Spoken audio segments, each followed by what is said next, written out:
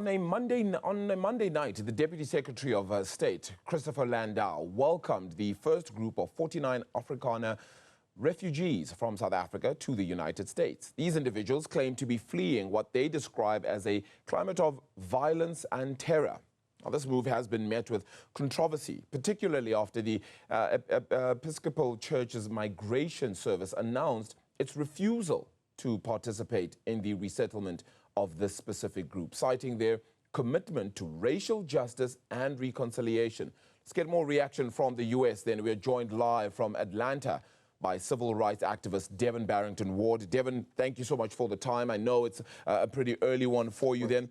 Let's just talk about overall what the view is from the United States with regards to the movement of these white South African Afrikaners to the U.S. now as refugees. What's the sentiment on the ground? It's probably one of the most ridiculous foreign policy decisions that this administration has made. At the least, it's laughable. At the worst, it's offensive. And the reason being is because we know that there is no genocide of white South African folks taking place in South Africa. I've been to South Africa. I've attended U.S studios before. And I can say I haven't seen white people in a state of genocide or feeling as though they are under some sort of threat or siege to really get the title of being a refugee. And it's actually quite dangerous because definitions mean things. And so when we are trivializing the definition of what it means to be a refugee, those who are actually in situations that deserve a refugee status are then, distracted and no longer seen as important or credible because we played fast and loose with the definition of what is considered someone in a need of refugee status.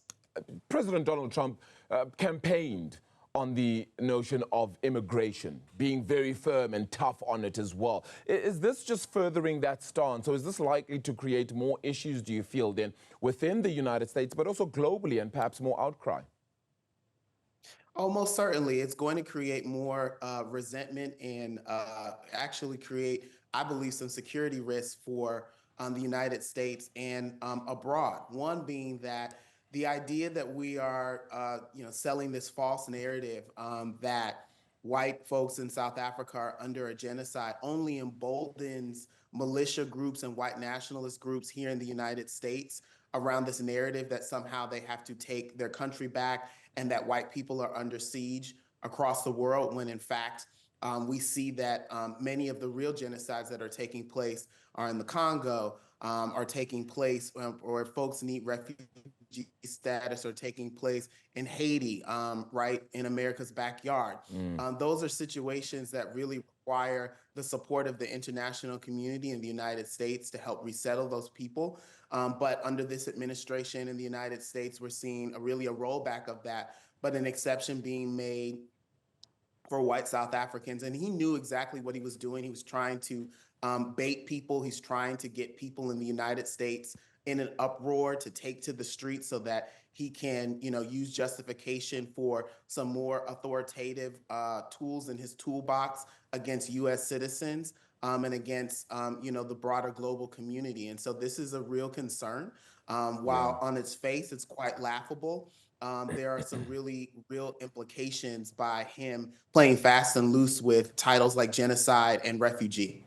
Yeah, and I was about to ask exactly what this means for his base. How does his base then view something like this, especially for a president who said that he's actually halting all immigration for all other countries ultimately, particularly those non-white then as well, and yet falsifying or agreeing to something like this based on false claims?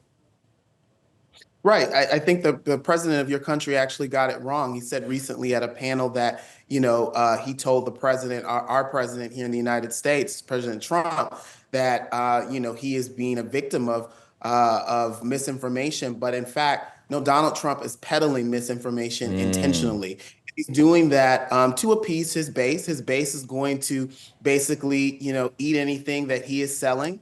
They are drinking the Kool-Aid, so to speak. And so this isn't, his base is going to support him no matter what. But his base isn't who got him elected in this recent election. In fact, no base for the major political parties are the ones that are making decisions because the overwhelming majority of voters consider themselves to be independents.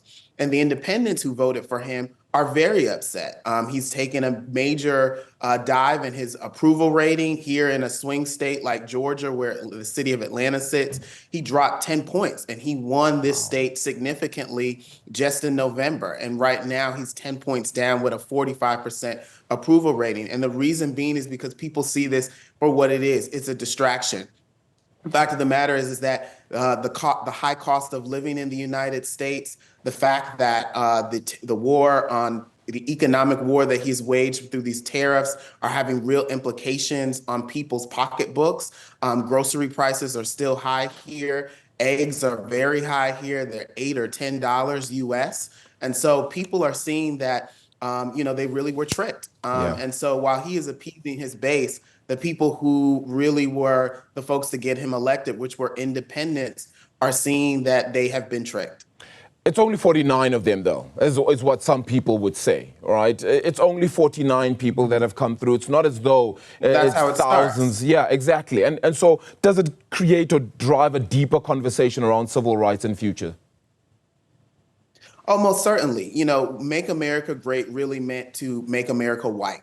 Because while this is happening, we are also being hit with news that Black women in the United States have saw the unemployment rate among Black women rise almost 1 percentage point, which means that over 106,000 jobs were lost to Black women. Nearly 33% of the folks who lost their jobs from federal job cuts were Black women, and Black folks in general in the United States only make up 13 or 14% of the population. So this is being compounded with a series of policy decisions that this administration is making to really embolden and inflame racial tensions here in the United States and abroad. We are seeing Black and brown immigrants who may have their only violation be a simple traffic violation being slammed to the ground, thrown into ICE immigration detention centers across the country scheduled for deportation, while at the same time we're inviting white South Africans to the United States who are not victims of a genocide and are not refugees. Yeah. Devin, the concerns vary and certainly go broad and wide. Thank you so much for your time, though. Really appreciate it. We know it's nearly 1 a.m. then in Atlanta as well, so really appreciate your time as well this morning. Devin Barrington-Ward, civil rights activist, then joining us as we get more reaction